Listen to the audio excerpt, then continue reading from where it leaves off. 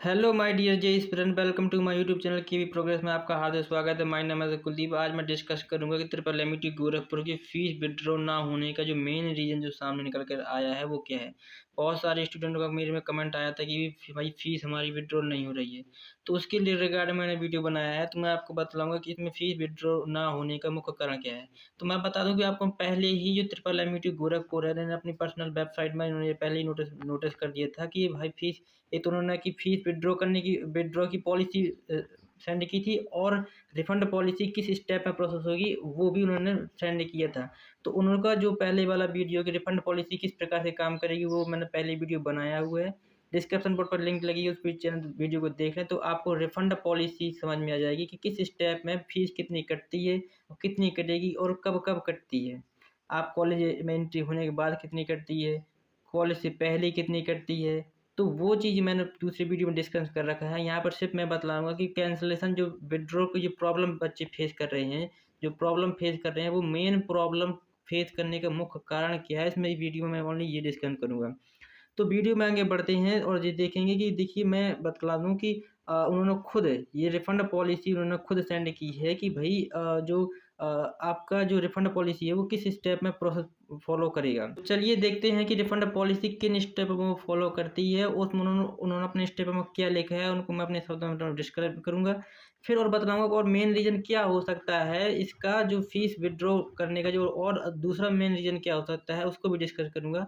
तो चलिए बढ़ते हैं आगे। तो आप यहाँ पर देख पा रहे होंगे कि process for the withdrawal cancellation admission for and fee refund policy, ये chairman of the triple MET Gorakhpur के जो चेयरमैन हैं उनके द्वारा ये प्रोवाइड किया गया है। उनकी personal website triple MET Gorakhpur की पर्सनल वेबसाइट पर ये प्रोवाइड कराया गया है।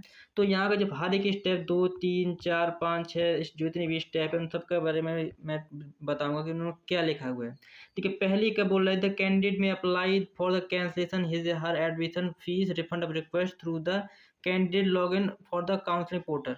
उन्होंने पहले में ये बतलाया हुआ है कि भाई देखो, अगर अपनी फीस को कैंसिलेशन विड्रॉ करना चाहते हो तो विड्रॉ का जो ऑप्शन जो होगा वो उनकी पर्सनल वेबसाइट ट्रिपल एमयूटी की पर्सनल वेबसाइट पर ही लॉगिन करके आपको विड्रॉ करना होगा। अगर किसी दूसरी वेबसाइट से जा करते हैं तो आपका फीस आने की कोई संभावना नहीं है, मतलब आपका कोई प्रॉब्लम होती है तो वो आपको ही फेस करना पड़ेगा। इसमें मतलब आपको ट्रिपल एमईटी की पर्सनल वेबसाइट से ही उनकी फीस विड्रॉ करनी है, पहले में ये बताया हुआ है। दूसरे में ये बताया है कि once the cancellation request will be received it will be proceed and refund amount will not be credit as per a bank detail. Refund amount जो भी तुम्हारा बिल भी होगा वो तुम्हारे बैंक डिटेल के आधार पर ही होगा। For the refund if any, कि अगर ये बैंक अकाउंट तुम्हारा हो या किसी का भी हो, लेकिन जो तुमने अपने फॉर्म फिल करते समय अप्लाई किया था वो ही तुम्हारा माना जाएगा और उसी बैंक अकाउंट में तुम्हारी मनी ट्रांसफर होंगी जो तुमने submit candidate at the time of the registration. मतलब रजिस्ट्रेशन के टाइम जो तुमने अपनी बैंक डिटेल सबमिट की होगी वही बैंक डिटेल के आधार पर ही तुम्हारी रिफंड पॉलिसी वापस होगी, मतलब उसी बैंक अकाउंट में तुम्हारे रुपए आएंगी।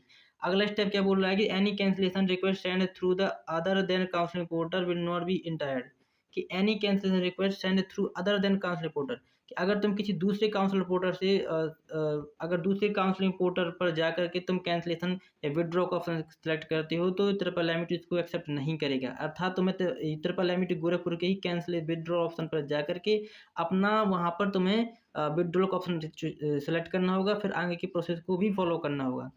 फिर अगला बोल रहा है कि द रिफंड रिक्वेस्ट और refund due to the admission cancellation after third round, अगर तुम तीसरे राउंड के बाद तुम रिफंड का ऑप्शन सेलेक्ट करते हो तो आप तुम्हारे जो मनी जो होगी वो तुम्हारे बैंक अकाउंट में विद इन 6 वीक के बाद आएगी, मतलब 6 सप्ताह के बाद तुम्हारे बैंक अकाउंट में आने की प्रोसेस संभावना है।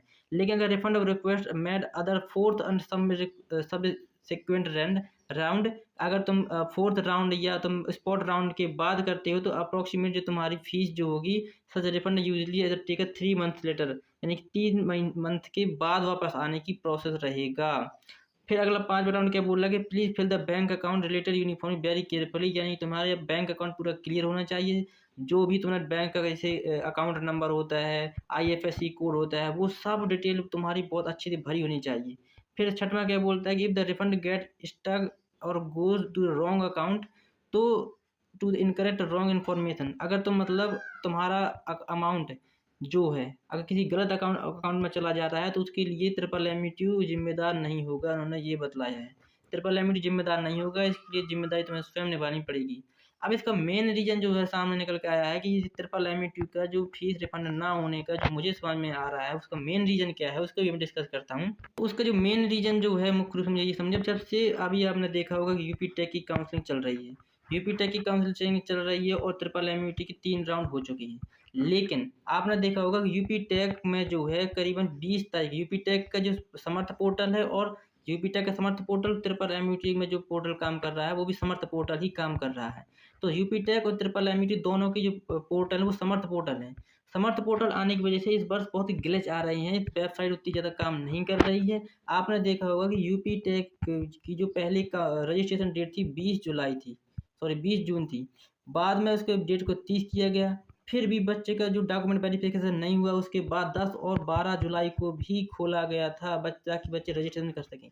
इसका मेन रीज़न क्या है, समर्थ पोर्टल ठीक तरीके से काम नहीं कर रहा है, उनकी वेबसाइट ठीक तरीके से काम नहीं कर रही है। इसलिए अगर हो सके तो जितना टाइम सर्वर बहुत ही कम बिज़ी रहते हों, यानी कि बहुत सारा सर्वर कम लोड पड़ता हो सर्वर पर, उस वक़्त अगर आप अपनी विथड्रॉ करते हैं, लाइक अगर नाइट में अगर आप विथड्रॉ करते हैं तो डेफ़िनिटली आपकी फ़ीस विथड्रॉ होने की संभावना 90% बढ़ जाती है, क्योंकि उस टाइम बहुत से सर्वर बंद रहते हैं नाइट में। इसलिए मेरी ये सलाह है कि जो समर्थ पोर्टल है बेसिकली इसकी वजह से बहुत ज़्यादा ग्लिच आ रहा है, ये ठीक तरीके से वर्क नहीं कर रहा है। और बेसिकली मैंने अभी ट्रिपल एमईटी को मेल भी किया है, तो अभी उनका मेल का कोई रिप्लाई नहीं आया है। जब आता है तो उसके लिए मैं एक वीडियो बनाकर फिर से अपलोड करूँगा कि ट्रिपल एमईटी को जो मेल किया है उन्होंने मेल में मुझे क्या बतलाया है, उन्होंने इसका मेन रीज़न क्या है, वो अभी तक सामने नहीं आया है। उनको मैंने मेल किया था बट उन्होंने मेल का रिस्पॉन्स अभी तक नहीं किया है। तो जैसे ही रिस्पॉन्स आता है तो उसका वीडियो मैं भी मैं डालूँगा कि उन्होंने क्या उस मेल में मुझे क्या बतलाया है। अगर आपकी प्रॉब्लम जो है फिर भी सॉल्व नहीं हो पा रही है तो मुझे क्या करें, आप कमेंट करें, उसका रिप्लाई मैं डेफ़िनिटली 100% करूँगा। इसी प्रकार के वीडियो को जानने के लिए मेरे चैनल को फॉलो करें। Thank you much for video.